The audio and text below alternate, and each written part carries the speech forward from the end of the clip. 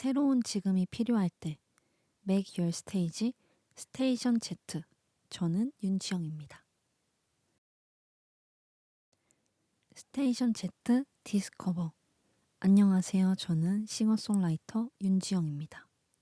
지난주에도 얘기했던 것처럼 이 곡도 제가 네가 좋은 사람일 순 없을까? 라고는 안 불러요. 다들 니조사라고 부릅니다. 그래서 이렇게 길게 풀네임을 부르는 게 어색하네요. 디스커버 윤지영 편. 지난주에 이어서 또다시 인사드리게 됐어요. 지난주에는 아티스트 윤지영에 대한 이야기와 윤지영의 음악에 대한 얘기, 그리고 조금은 진지한 얘기들도 나눠보았는데요.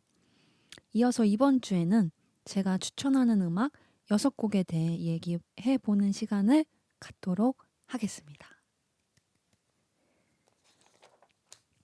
저의 추천 플레이리스트는 방송이 끝난 후 스테이션 Z 홈페이지에 선곡표 게시판에서 확인하실 수 있고요. 유튜브 KBS 쿨 FM 채널에 보이는 라디오 영상도 올라가니까 많은 관심 부탁드립니다. 저에게 하시고 싶은 말씀은 샵 8910 단문 50원, 장문 100원의 유료 문자, 무료인 어플 콩 마이케이로 보내주세요. 스테이션 Z 디스커버. 본격 음악 얘기를 시작하기 전에 오늘도 아이스 브레이킹을 하고 시작하자면요. 사실 저는 녹화 방송이잖아요.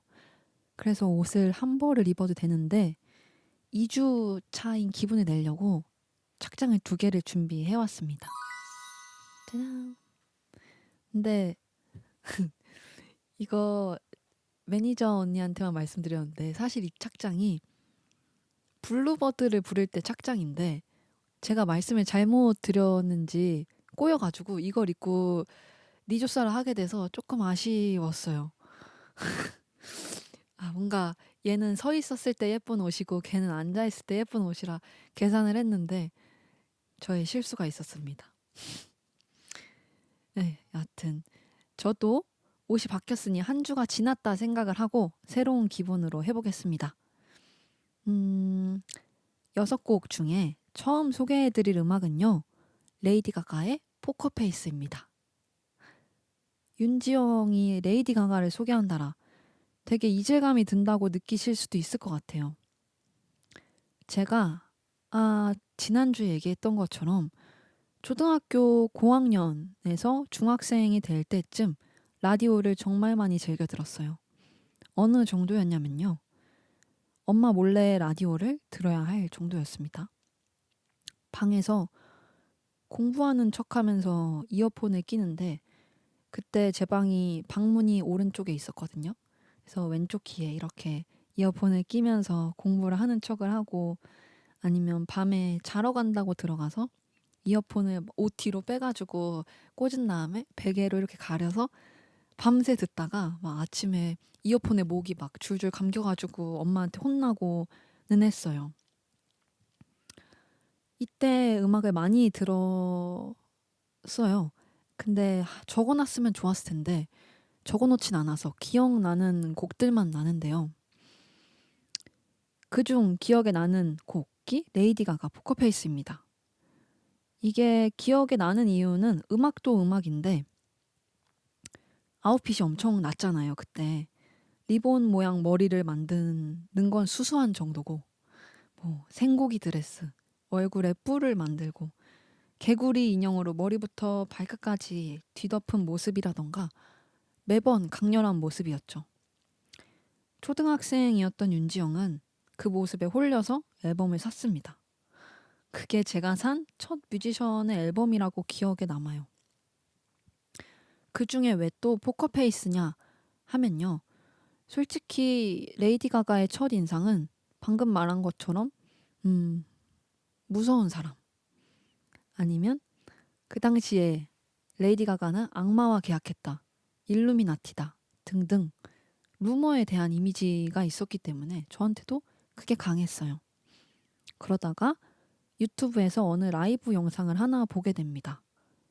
2009년에 업로드된 포커페이스 피아노 버전인데요. 사실 이 곡을 소개하고 싶었다기보다 이 영상을 소개하고 싶었어요. 영상에서 레이디 가가는 또 이상한 모자를 쓰고 립스틱을 이상하게 바르고 있는데 그게 하나도 신경 쓰이지 않을 만큼 흡입력 있게 노래를 합니다. 마치 피아노랑 그만 남겨진 것처럼 느껴져요. 그때는 레이디 가가가 와, 이런 분위기도 낼 수 있네 하면서 신기해서 기억에 남았는데 나중에 라이브 영상을 더 보고 하다 보니까 그 피아노 한 대로 하는 라이브가 필살기더라고요. 그 필살기에 당한 거죠, 제가. 그 뒤로 레이디 가가의 음악을 좋아해서 들은 건 아니었기 때문에 어느 순간 취향이 생기면서 기억 너머로 잊혀졌습니다. 레이디 가가의 음악을 듣지 않는 상태다가 1년 전쯤인가요? 그 땡플릭스에서 제작한 레이디 가가의 다큐멘터리를 보게 됐어요. 새 앨범 조앤을 준비하는 과정과 슈퍼볼 무대를 앞두고 겪는 과정을 담은 다큐멘터리입니다. 이때 그 피아노 버전을 처음 봤을 때와 비슷한 기분을 느꼈어요. 그렇게 화려하고 과감한 모습으로만 기억되던 레이디 가가 안에 섬세한 감정이 있고 신체적으로 고통을 겪으면서 이겨내려고 하는 사람으로 보였습니다. 날 때부터 생고기 드레스를 입은 레이디 가가가 아니라 사람 스테파니가 만들어낸 업적이라고 생각하니까 더 멋있어 보이더라고요. 이어서 5곡을 더 소개해 드릴 텐데 이 뒤로는 저한테 의미 있거나 영향받은 곡을 소개하지 않을 겁니다. 뮤지션이 자신이 영향받은 음악에 대해 얘기하는 자리는 많잖아요. 저도 이전 인터뷰에서 여러 번 소개를 했던 것 같아서 같은 말을 하는 것보단 요즘 좋아하는 곡을 소개해드리는 게 좋겠다 싶었어요. 그래서 두 번째 소개할 곡은요. 영국 런던 출신의 밴드 슈퍼오가니즘의 티네이저라는 곡입니다. 올해 3월 초 싱글로 티네이저가 발매된 후 3월 말 It's Raining 한 곡이 추가된 형태로 It's Raining이라는 앨범이 나오고요. 이어서 4월 1일 크러시드 집 그 압축 파일처럼 제목을 써서 한 곡이 추가된 형태로 동명의 앨범이 또 나오고 5월에 온앤온과 이전 발표했던 곡이 담긴 앨범 온앤온까지 나왔습니다. 티네이저가 발매되면서 유튜브 소개글에 7월에 앨범이 나온다라고 발표를 했었는데 이렇게 한 곡씩 추가해가면서 발표할 거란 생각을 못 했었거든요. 그래서 굉장히 재밌게 느껴졌어요. 제가 이 밴드에게 느끼는 가장 큰 매력 포인트가 재미입니다. 처음 들었던 곡은 Something for Your Mind라는 곡이었는데요. 뮤직비디오와 함께 접하게 됐어요, 이걸. 보면 정말 말도 안 된다고 느낄 수 있는 감성이 가득합니다. 영상 여러 개를 잘라서 콜라주처럼 만들기도 하고 개연성 없는 영상이 막 나와요. 잘 기억이 안 나는데 어떤 식이냐면 펭귄이 나오다가 갑자기 비행기가 나오다가 우주 비행사가 나옵니다. 그래서 이게 뭐지? 하다가 영상이 끝나요. 근데 쉽게 보면 대충 만든 것 같지만 그 감성이 되게 독보적이었고 세련되게 느껴지기도 했어요. 심지어 노래도 영상을 볼 때 같은 비슷한 충격을 줍니다. 예상치 못한 전개거든요.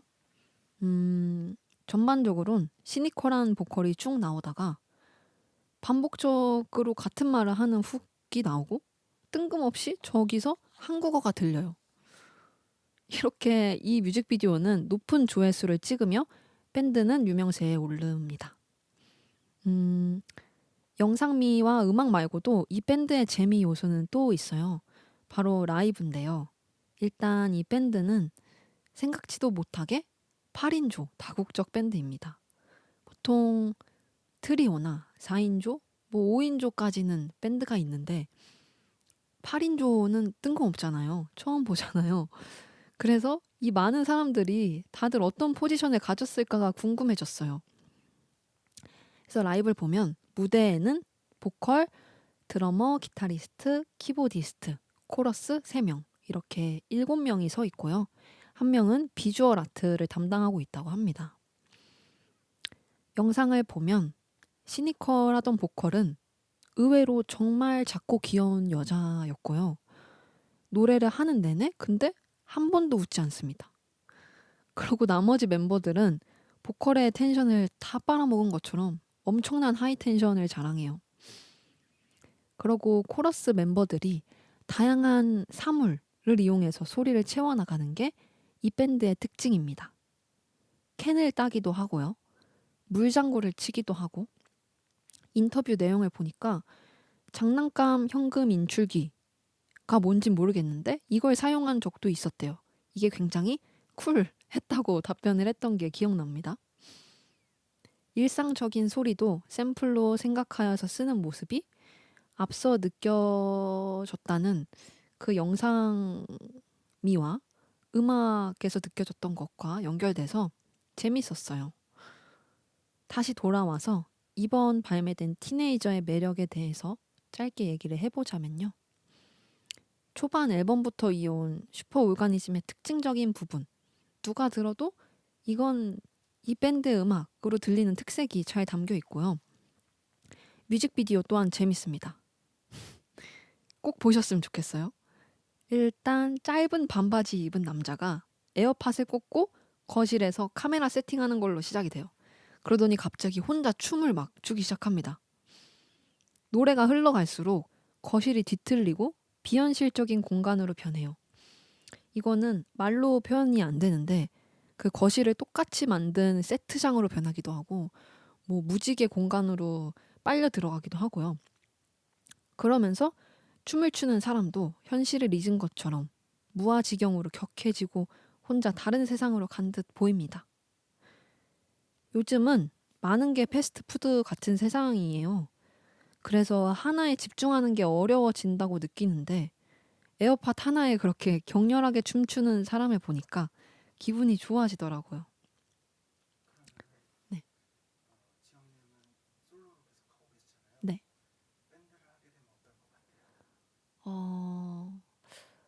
생각을 안 해봤던 건 아는데, 그러니까 팀을 만들어야겠다기보다 나랑 같이 쭉 같이 하는 밴드를 만들어야겠다는 생각은 많이 했어요. 근데 이게 오래 갈 사람이라고 생각하고 사람들을 구하다 보니까 엄청 오래 걸렸고요.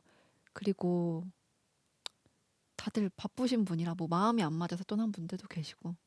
네. 저는 같이 하는 친구들이 생겼으면 좋겠어요. 뭔가 하나의 팀이 된다기보다. 네. 왜냐면 이 밴드를 보면 굉장히 가족같이 지내고요. 예전에는 따로 살았는데 지금은 같이 산다고 하더라고요. 그게 재밌어 보여요. 여러분은 스테이션 Z 디스커버를 듣고 계십니다.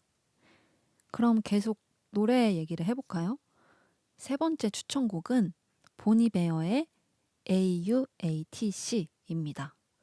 처음에는 제가 모르는 단어라고 생각을 했어요. 근데 앨범 커버를 보니까 Ate Up All Their Cake의 줄임말이더라고요. 바로 이전에 나온 싱글 PDLIF도 Please Don't Live in Fear의 약자였던 것과 같은 방식인 것 같아요. PDLIF는 수익금의 100%를 코로나 최전선에서 일하는 의료진들에게 필수 의료 품목을 제공하기 위해 단체에 기부되었고요. AUATC는 자본주의에 대한 비판이 담긴 곡이고 발매 이래 보니베어 인스타그램을 통해서 소외되는 이들을 위해 집단적인 참여를 해야 된다라는 내용의 긴 글과 함께 사회단체 5곡을 태그해서 올렸습니다.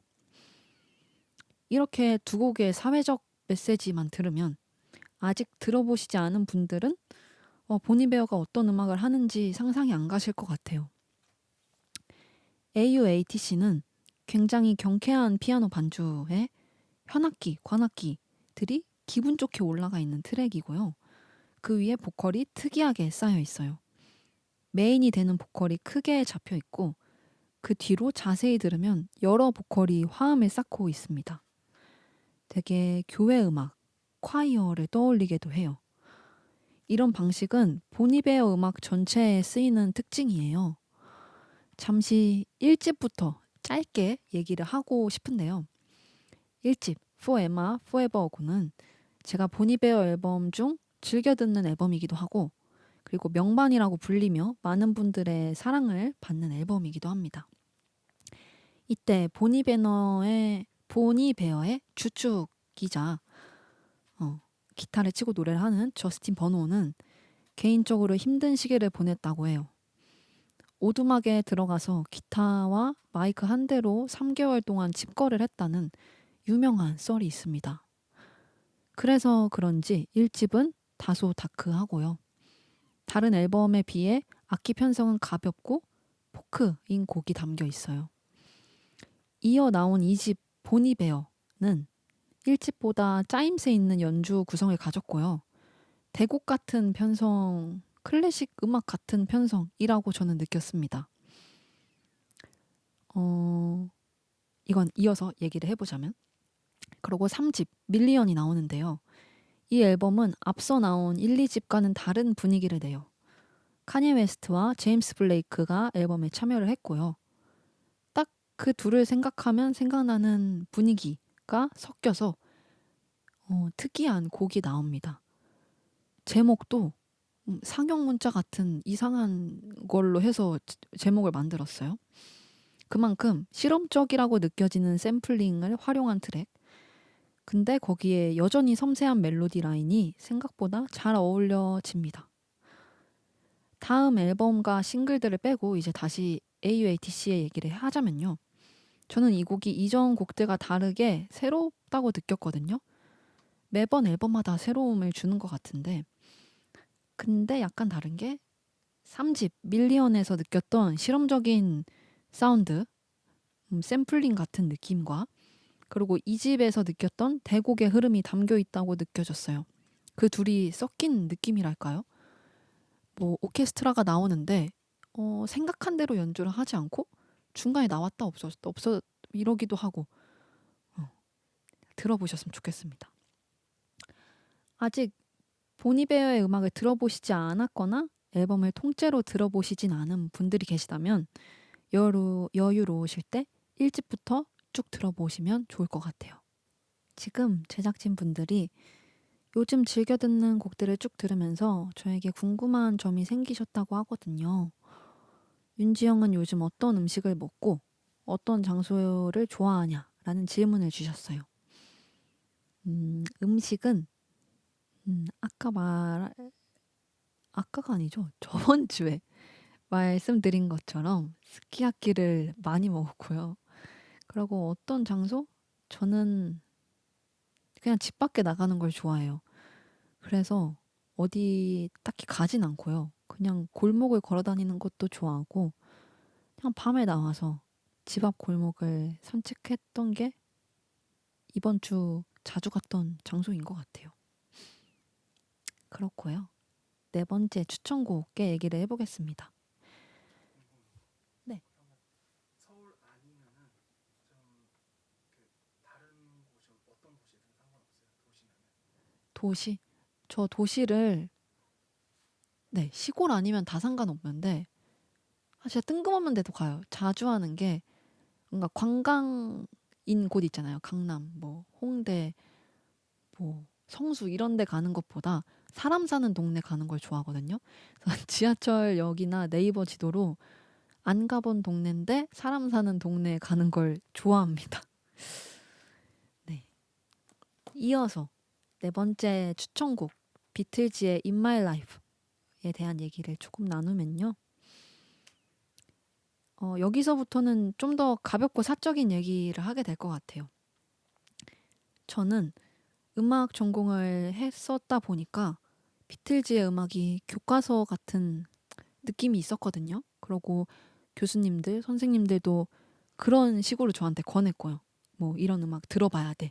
이거는 뭐 이만큼은 꼭 너가 카피해봐야 돼 하는 느낌이 있었어요.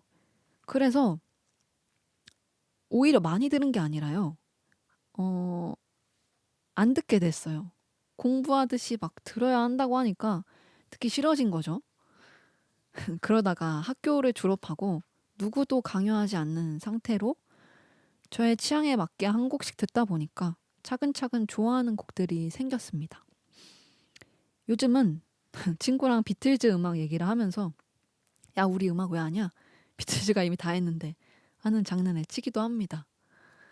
곡 작업하기 전에 들으면 안 되는 곡이 1순위인 것 같아요. 음. 그중 In My Life라는 곡은 제가 이 곡을 듣던 기억 때문에 좋아하게 된 것 같아요. 벚꽃이 만개한 봄이었어요. 저는 유독 봄만 되면 집에 가만히 못 있습니다. 추위를 많이 타는 편이라 겨울 내내 거의 집에서 보내다가 날이 좋아지면 그게 또 극대화돼가지고 지금 이 날씨가 지나기 전에 즐겨야 돼 라는 생각에 사로잡히거든요.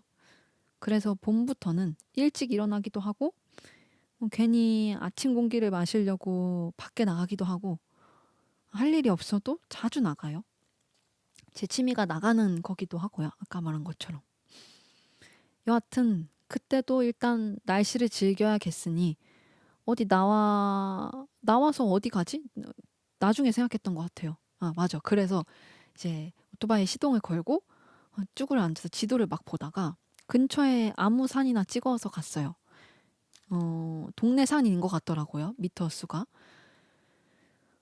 그렇게 갔더니 웬걸 벚꽃으로 유명한 산인 거예요. 난생 처음 보는 풍경이었습니다. 뭐 벚꽃 명소하면은 기다란 길에 벚꽃이 가득 피어져 있는 거밖에 안 가봤는데 동화처럼 갑자기 딴 세상이 된 것 같았어요. 넓은 공터가 있었고 밑으로 내려가는 계단이 나 있는데 그 중간에 또 공터가 하나 있습니다. 거기를 갔더니 해먹도 있고 정자도 있고 누울 수 있는 벤치? 뭐 침대 같은 것도 있었고요. 어린애들이 맞아. 애기들이 비눗방울을 불고 있었어요. 정말 그림 같은 풍경이었겠죠. 그래서 그 벤치에 누워서 책을 읽는데 그때 들었던 음악이 In My Life였습니다. 그 조화를 잊지 못할 것 같아요. 심지어 가사도 풍경과 잘 어울렸는데요. 참 다정한 가사여서 잠시 얘기를 해보면요. 내 인생엔 내가 기억할 장소들이 있고 다 의미가 있어. 나의 친구들과 연인들과의 추억. 그치만 난 평생 동안 그들을 사랑했지만 그 모든 것을 당신과 비교할 순 없어. 내 평생 당신을 사랑할 거야. 라는 내용입니다. 음악은 가끔 단순히 머리에 남기는 기억보다 더 또렷한 기억을 남겨주잖아요. 그래서 이 노래 가사처럼 의미 있는 장소, 기억해야 될 장소라고 생각되는 곳이 있으면 이 곡을 들으면서 저처럼 좋은 기억을 남겨보시는 건 어떨까 싶습니다. 이제 벌써 5번째 추천곡이에요. 스테판 산체스라는 아티스트의 Until I Find You라는 곡인데요. 저는 이번에 처음 알게 된 아티스트예요. 2020년 데뷔를 해서 활동한 지 얼마 안 된 아티스트이기도 하고요. 제가 알게 된 건 인스타 영상 때문이었는데요. 피드에 갑자기 보이라고 불러야 될 것 같이 어린 분위기의 남자가 기타를 들고 노래를 부르는데 멜로디가 올드팝 같길래 커버곡인가 보다. 올드팝을 좋아하는 어린 사람인가 보다 했어요. 근데 커버곡을 부르는 감정이 아닌 거예요. 너무 표현을 잘한다고 느껴져서 아니면 노래를 굉장히 잘하는 사람이겠는데 해가지고 피드를 타고 들어갔더니 자기 노래인 거예요. 그래서 피드를 더 구경해 보니까 그 곡은 발매한 지 6개월 정도가 지났는데 갑자기 바이럴이 되면서 유명해진 곡이더라고요. 그래서 저한테까지 모르는 아티스트인데 뜬 거죠. 이제 더 궁금해져서 원곡을 들어봤는데 더 올드팝의 느낌인 곡이었습니다. 그리고 홀린 듯이 라이브 영상까지 찾아보게 돼요. 이걸 보면서 우리 세대는 참 옛것을 그리워하는 것 같더라고요. 심지어 경험해보지 못한 시대를 말이에요. 저도 필름 카메라를 좋아했고 캠코더나 CDP를 쓰기도 했는데 한 인터뷰에서 그런 질문을 받았어요. 왜 예전 물건을 좋아하시냐고.